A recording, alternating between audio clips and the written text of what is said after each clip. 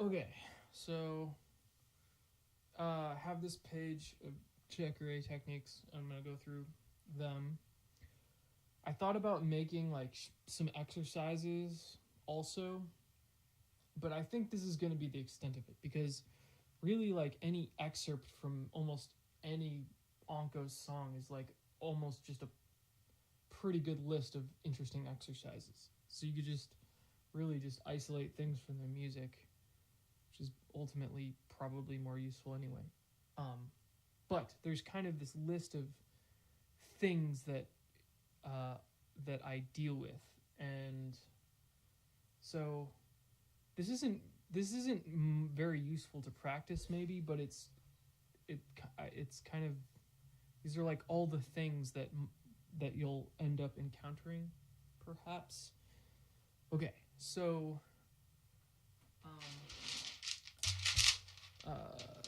first of all,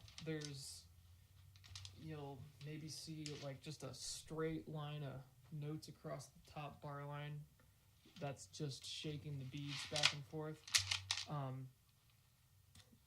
Again, as I said, like I am never going to really be notating dynamics for Chekere because I think that's probably absurd.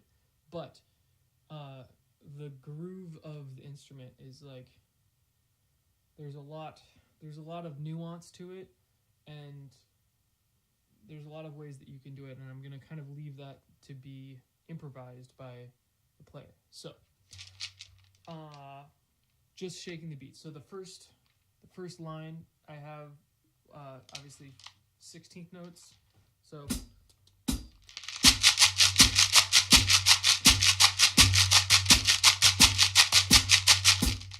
you can go left hand or right hand.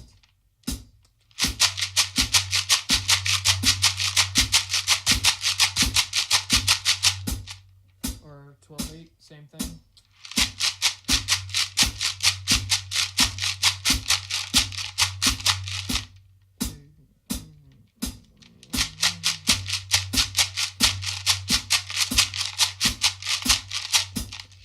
So there's one technique. This won't come up for onkos very often, but there's a technique that you can use to flip your left hand and right hand that I use a lot. Is basically, if you're going along and you're checking, throwing in one of these puppies. This comes up later, by the way. So right, left,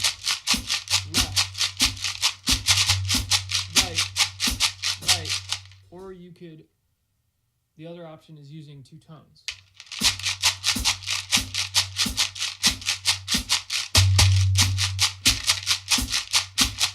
So anyway, if you ever need to flip which hand is on the downbeat, those are ways you can do it. Okay, so this easy technique heading.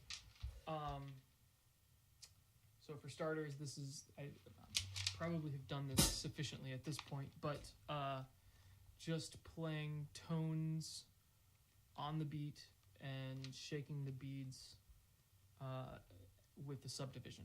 So 16th notes. 16th notes. 1.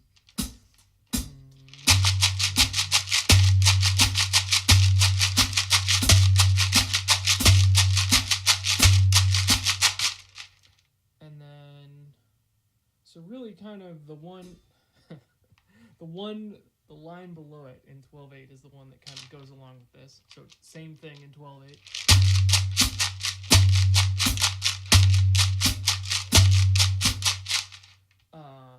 And then the other part of this, I don't really have anything to say about that, I guess. This is what it is.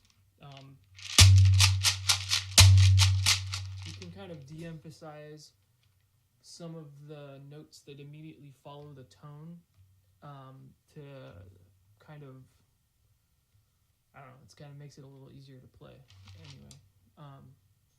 So playing tones off the beat.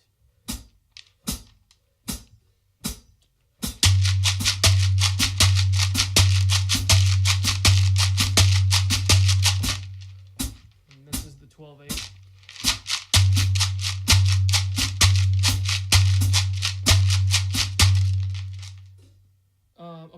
so that's enough about that. Medium tech. This is the medium technique heading. So, by the way, I broke these up like this for a reason. Is because if, for example, if I'm going to make the parts like be like easy part, medium part, hard part. I guess I don't know how well that's gonna work for all of the music, but I think it will work for some of it. And so you could play an easy part, or you could play a hard part, or medium part, and that I'll kind of I can kind of like think this will work, where I can sort of arrange the parts so that they fall into these categories, and it won't work always, but it'll work a little bit. Okay, so medium technique. So the first thing on here is basically dealing with like sort of like the same rhythmic phrase repeated, and you're having to alternate which hand comes after the tone. So like you're playing a tone on the downbeat, and then the next note is a right hand. So it's like really just right. And so I'm going to notate like this, where it's like, it's only really important to see where the rights go, because otherwise it's just left. So like the end of this phrase, you just start tone and then left, right, left. Because that's kind of the default, tone, left. So anyway, this passage, the first passage.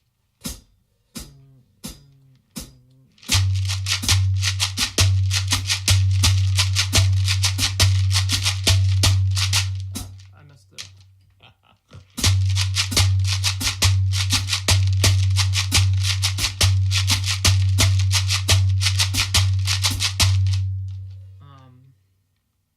Yeah, so that type of thing. This happens a lot in the music of onkos, and it can get rather tricky, especially when it comes to stuff like being in 5/8 or 7/8. Those meters are very difficult to play in for the Chekere. So, okay, the next passage is more or less the same thing, but okay, so the difference is basically it's the same thing, but you have some tones, playing tones one after the other. So one of the most common things that I will do is have two tones in a row. I won't often have more than that. So like I would consider having 3 tones or more than that as like a hard technique. But 2 tones is more doable than like 3. Like anything more than that, it gets just you are no longer using the weight of the gourd to your advantage after 3 tones. It's a bit like playing a roll. Like you can do 2, you can kind of do 3. You can't really get away with doing that more with any reasonable technique.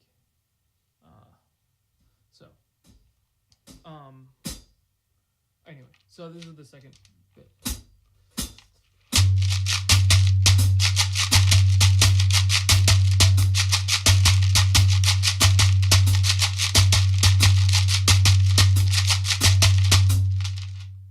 And then same thing, 12/8, so switching hands. Oh, so this is a little different. So this is like, I mean, it's kind of the same thing, but you're switching. So in this first 12/8 exercise, like to go like this, in some ways is switching, like you're switching the flow of things. So like it's easier to just keep it the same hand, but this is another technique to go. So all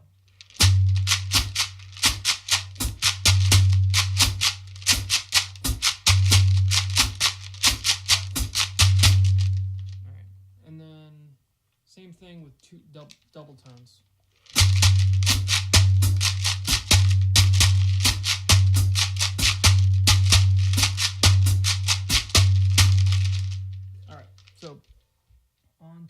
Techniques. All right, so now we have the sort of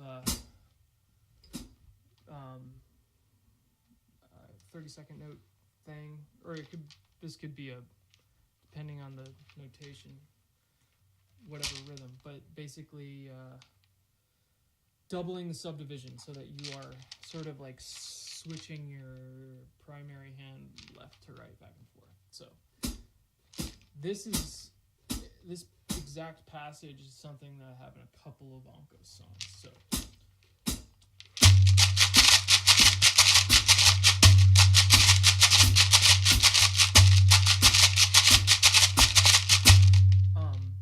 this technique, you're gonna need to use more wrist for sure, and more like flicking action to get that tight tone.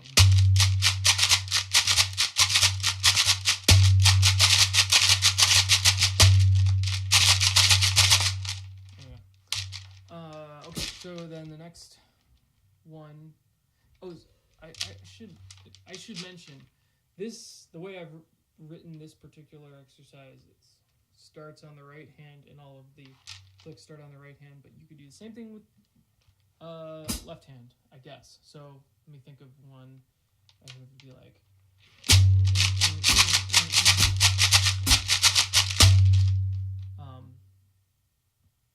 You could do it.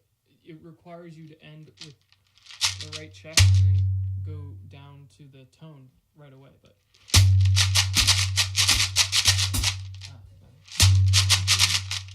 it's definitely harder.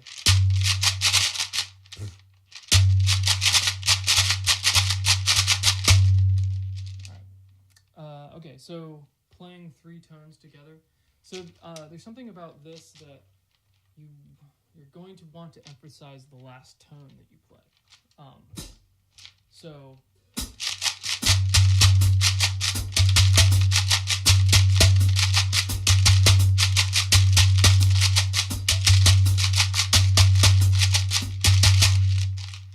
Also, this type of rhythm thing, I'm not really even talking about the rhythms very much, but all of these rhythms are very common for like the music that I've been writing.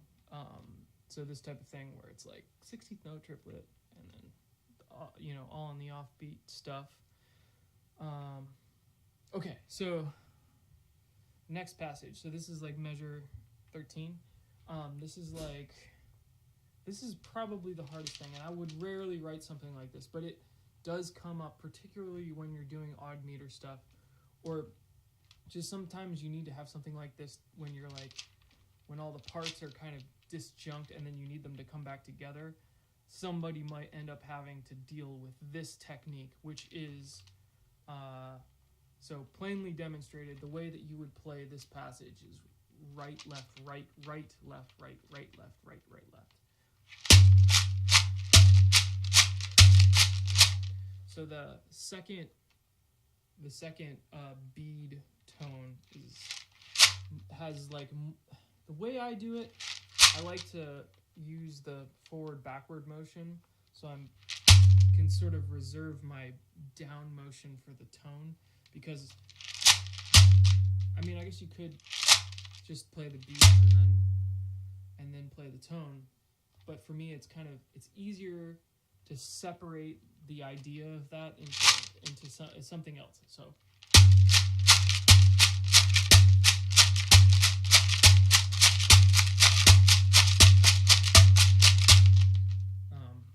So again, there's not very much of that, and that's a rather tricky technique, but it does come up. Okay, so measure 14. This is an idea that I deal with a lot, and I think it just warrants a bit of explaining because it looks a lot more complicated than I think that it is. So you have something like, this is 12/8. You have 3/8 notes, a 16th note after the downbeat, and then so the tone is on the third triplet of the first beat, just after the first beat, the first triplet of the second beat, and then the third triplet of the second beat. Those three tones are evenly spaced, and that's that's really what I wanted to get at. It's like that like this rhythm is.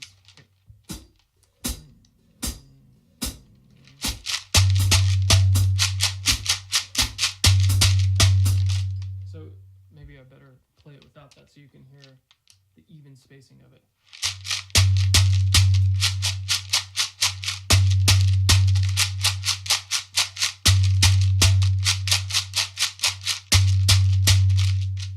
So that comes up in the music a lot. So just want to explain that. So a couple of other techniques. I'll sometimes write rolls that just means to do this. So you can, it's kind of chord dependent, but like, some of them you have to shake more than others. But that's all it is. And so that technique is interesting because it's literally probably like the most dynamic thing that you can deal with. And obviously when you're playing it, it's like, or especially when everyone is playing, it'll be like a full white noise. So like your position relative, like holding it up versus holding it down will make a gigantic difference in the perceived volume of this. So like, and it's doesn't really come across in a recording like this. So like, I don't know.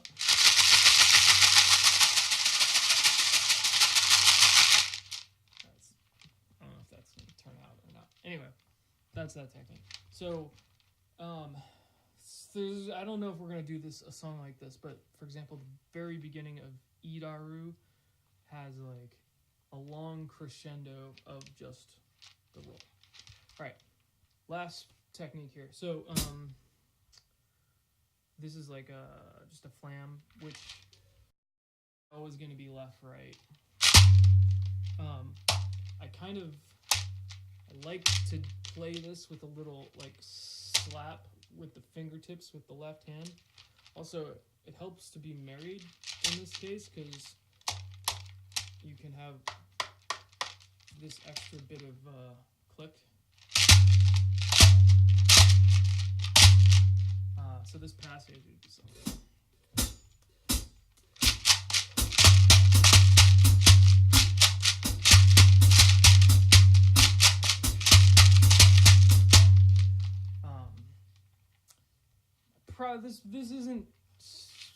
This doesn't come up so much in the music, but it will happen from time to time. So I guess that's it.